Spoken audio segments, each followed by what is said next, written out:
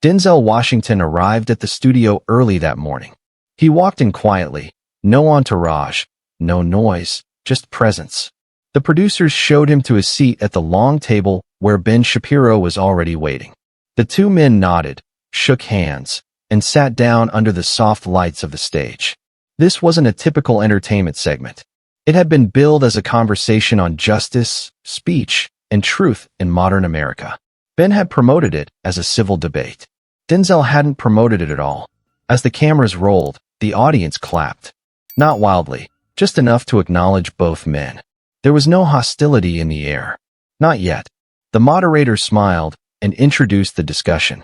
She said, "Today we have two voices with very different views. Conservative commentator Ben Shapiro and Academy Award-winning actor Denzel Washington. Gentlemen, thank you for being here." Ben replied first. He said, "Thank you. I'm always glad to have conversations about facts, values, and where our culture is headed." Denzel nodded. He said, "Appreciate the space. Let's see if we can talk, not just argue." The conversation began the way these things always begin. Calm, measured. Ben spoke quickly but politely, referencing policy papers and statistics. Denzel listened carefully, sometimes jotting something in his notebook, sometimes just sitting with his hands folded. The moderator asked about crime in American cities. Ben said, "The data shows rising crime is often driven by progressive policies. When we decriminalize offenses or undermine law enforcement, communities suffer." Denzel replied slowly. He said, "I've lived in communities where people are scared, but I've also seen how fear can be manipulated. Crime has reasons. Not excuses, reasons. And reasons are where change starts." Ben nodded tightly. He said, "But doesn't that lead to moral ambiguity? If we over-explain crime, don't we lose accountability?" Denzel answered, "We lose more when we pretend trauma doesn't shape behavior. You can't fix what you won't name." The room was still civil, but the rhythm was changing. The moderator shifted to racial inequality. She said, "We've seen national conversations about systemic injustice. How do we talk about race without deepening division?" Ben answered quickly. He said, "We start by rejecting the idea that America is inherently racist. People of all races succeed here. The system is not the problem, culture is." Denzel didn't flinch. He said, "My grandfather couldn't vote. My father couldn't get a home loan. My first audition was stopped because they said America wasn't ready for a black lead. Is that culture? Or is that a system?" Ben leaned forward. He said, "That was the past. You overcame it. You made it. Doesn't that prove that the system works?" Denzel looked at him, not angry, not amused, just clear. He said, "No. It proves I found cracks in the wall. It doesn't mean the wall isn't there." There was a pause in the studio. The kind of pause that doesn't feel empty, it feels full. Ben tried to steer the conversation. He said, "But if we're constantly telling people they're victims, how do they take control of their own lives?" Denzel replied, "We don't tell people they're victims. We tell the truth. The truth is not victimhood. It's reality. And once you face it, then you can change it." Ben's tone sharpened. He said, "That's where I disagree. I think telling young black men that they're systemically oppressed disempowers them. It lowers expectations. It removes responsibility." Denzel's voice stayed calm, but his words carried more weight now. He said, "You want to talk about responsibility? Let's talk about the responsibility of power, the responsibility of media, the responsibility of people who've never walked a hard road but feel comfortable handing out advice to those who have." The moderator glanced at her notes. She said, "Let's explore that. Denzel, what do you think media often gets wrong in these conversations?" Denzel said, "Media chases conflict, not context. We flatten stories into sound bites. We treat pain like a headline. We talk about crime, but not about the policies that created poverty. We talk about violence, but not about desperation. We ask people to fix themselves before we fix the world they live in." Ben replied quickly. He said, "But you're a media figure too. Don't you contribute to that dynamic?" Denzel nodded. He said, "I do. That's why I choose what I say carefully. That's why I don't go on every show. Because I know what gets edited. I know what gets twisted. And I know what people never hear." Ben leaned back slightly. He said, So what's the solution? Silence. Should we not talk about personal responsibility because it makes people uncomfortable? Denzel said, no.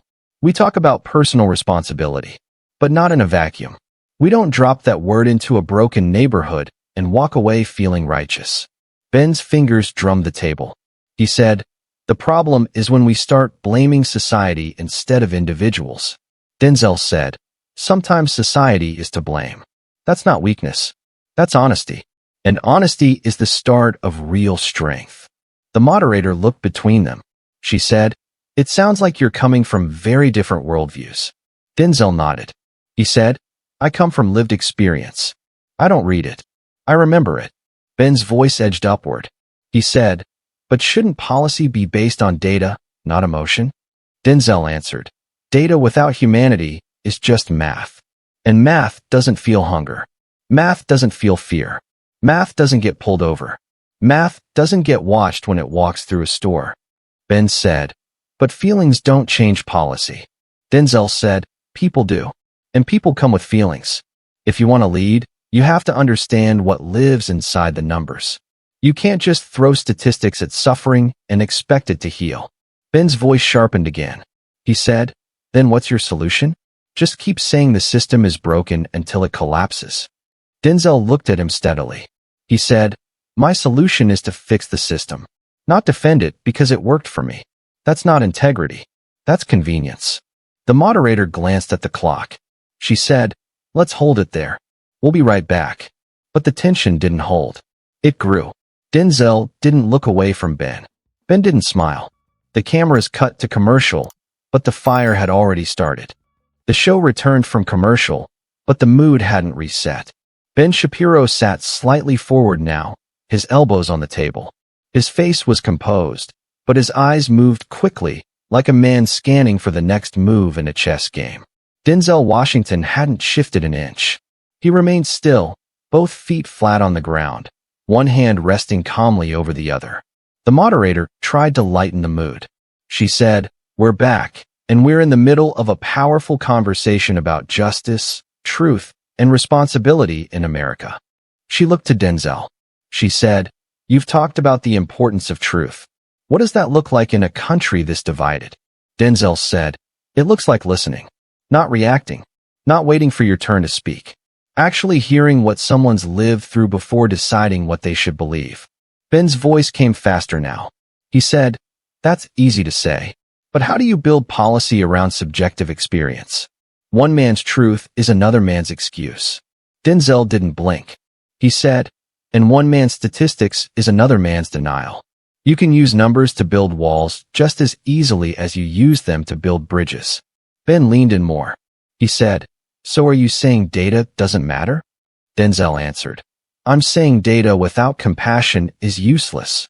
Data without story is incomplete.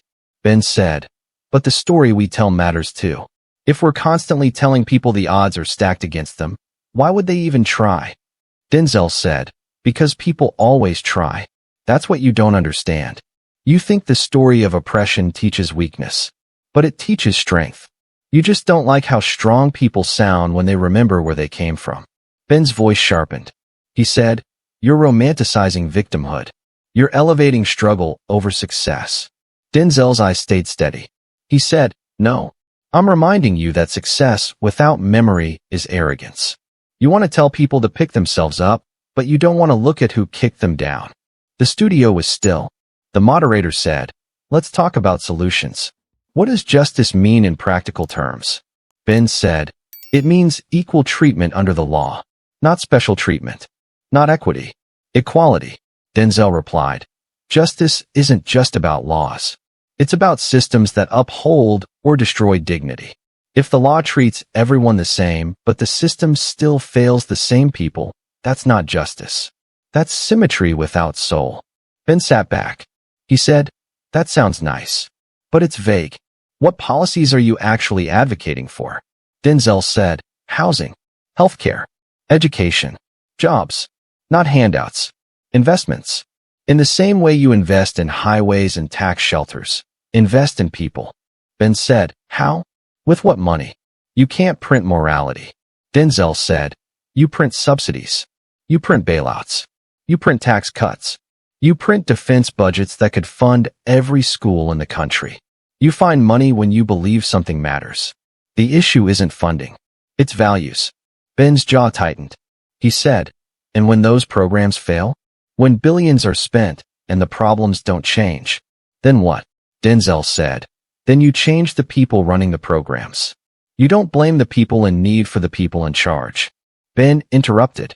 He said, you're ignoring personal agency. You're ignoring responsibility.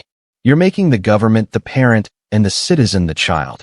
Denzel's voice remained quiet. He said, I'm making the government accountable.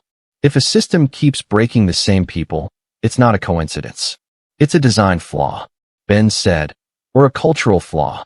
Denzel said, or a blind spot you don't want to see because it's easier to call it culture than to admit history still echoes. Ben's voice rose slightly.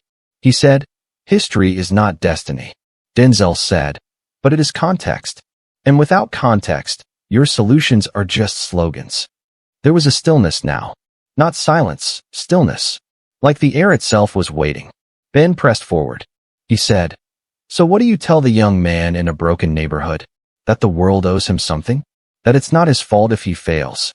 Denzel said, I tell him he matters. I tell him he's not invisible. I tell him he's more than a statistic. And I tell him that if he fights, he's not alone. Because that's the part your version always forgets. Ben said, and if he fails? Denzel said, then we don't throw him away. We don't write columns about how he deserved it. We build a system where fewer people fall. Ben said, and who decides what that system looks like? Denzel said, the people who've lived on both sides of it. Ben shook his head. He said, that's not democracy. That's grievance politics. Denzel's voice dropped slightly. He said, that's honesty. You can't fix what you refuse to admit is broken. The moderator looked uneasy now. She said, let's pivot slightly. There's a debate around freedom of speech, what it protects, what it doesn't. Ben, you've been a strong defender of free speech. Denzel, where do you stand? Ben said, free speech means you get to say what you believe, even if it offends people. That's what protects us all. Denzel said, free speech is the beginning, not the end. The right to speak doesn't mean the right to harm. And if your words always punch down, maybe it's not courage. Maybe it's just cruelty. Ben bristled. He said, truth is not cruelty. Denzel replied, then make sure it's truth, not bias wrapped in confidence. Ben's voice sharpened further. He said, so now I'm biased because I disagree with your worldview? Denzel said, no. You're biased because you refuse to see past it. Ben's tone turned defensive. He said, I've debated hundreds of people. I deal in facts. Denzel looked directly at him. He said, no. You deal in arguments. And sometimes, the loudest one in the room isn't the smartest, just the most afraid of silence. Ben tried to speak, but the words didn't land quickly enough. Denzel didn't move. He said, you talk too much. The room froze. Not because it was shouted, because it wasn't. It was said so quietly that the audience leaned forward. Ben opened his mouth, then closed it. The moderator spoke, but her voice barely registered. She said, we'll be right back. But the story wasn't pausing. Not anymore. The stage looked the same, but the temperature had dropped. Denzel Washington hadn't said another word since his last line. Ben Shapiro adjusted his notes, but his focus was gone. Something had shifted. The audience felt it. The panel felt it. Even the moderator spoke more slowly now, like she was unsure of the ground beneath her. She said, we've covered a lot of ground today. Justice, speech, responsibility. Let's talk about something more personal. Denzel, you've played a lot of roles about truth, honor, and dignity. What drives that in you? Denzel looked toward her, but answered to the room. He said, because dignity isn't automatic. You have to claim it. In your choices. In your voice. In how you show up when nobody's looking. Ben said, and what happens when someone's dignity clashes with someone else's truth? Denzel turned to Ben for the first time in several minutes. He said, then you listen longer. You don't talk faster. You ask better questions. You don't double down to win. Because this isn't chess. These are people's lives. Ben responded more quietly than before. He said, And if those lives make bad choices? Denzel said, then they're human, not headlines. And they still matter. Ben tried to counter. He said, but where do we draw the line?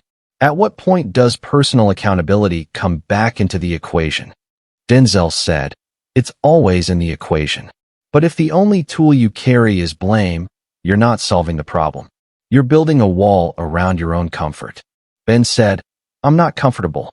I'm honest. Denzel said, then maybe sit with someone else's honesty before calling it a threat. Ben's hands tightened around his notepad. He said, you make it sound like caring is enough. That if we just feel bad, systems will fix themselves. Denzel said, no. I'm saying the system won't change until we care enough to be uncomfortable. Ben said, that sounds more like a sermon than a policy. Denzel replied, and maybe you need a sermon before you write more policy. That line landed differently. It wasn't said to win. It was said to reveal. The moderator tried to move the conversation again. She said, Denzel, you've talked about growing up in Mount Vernon, about mentors who changed your life. What do you think young men today need most? Denzel said, presence. Not lectures. Not statistics. Presence. Ben interrupted again. He said, but presence isn't scalable. You can't fund presence. You can't legislate it. Denzel said, you fund the people who carry it. You legislate room for them. You stop criminalizing the very communities you claim to want to fix. Ben said, so we just excuse bad behavior? Denzel said, no. We understand where it starts. And we interrupt the cycle instead of speeding it up. Ben said, that sounds like coddling. Denzel said, and your version sounds like abandonment. Ben leaned back. He said, so if someone commits a crime, we ask about their childhood instead of holding them responsible? Denzel said, we do both. Because justice without context is punishment. And punishment without understanding is just revenge. Ben said, so the system is the villain in your story. Denzel said, the system isn't a villain. It's a mirror. It reflects what we refuse to admit. And right now, it reflects fear pretending to be fairness. Ben's voice turned sharp again. He said, fear of what? Denzel said, of change, of losing power, of sharing space. Ben said, I don't fear sharing space. Denzel said, then stop fighting the people who ask for it. The silence between them stretched again. The moderator said, we need to wrap soon. Final thoughts. Ben said, I just think we need to be careful. When we elevate feelings over facts, we lose clarity. Denzel looked at him one more time. He said, clarity without empathy is cruelty in a suit. You want to lead with facts? Then walk through the neighborhoods those facts describe. See if they sound the same. Ben started to speak. But Denzel raised a hand. He said, no, we've heard enough. The audience didn't clap. They didn't need to. They just watched as the man who'd been silent for minutes said more in one sentence than Ben had said in 30. And the silence that followed? That was the truth speaking. The air settled as the moderator leaned forward, voice measured. She said, gentlemen, we're at the end of our time. Denzel, one final word. Denzel exhaled. He said, speak less to be heard more. The audience murmured. This wasn't applause moment. This was reflection. Ben's fingers tapped nervously on the table.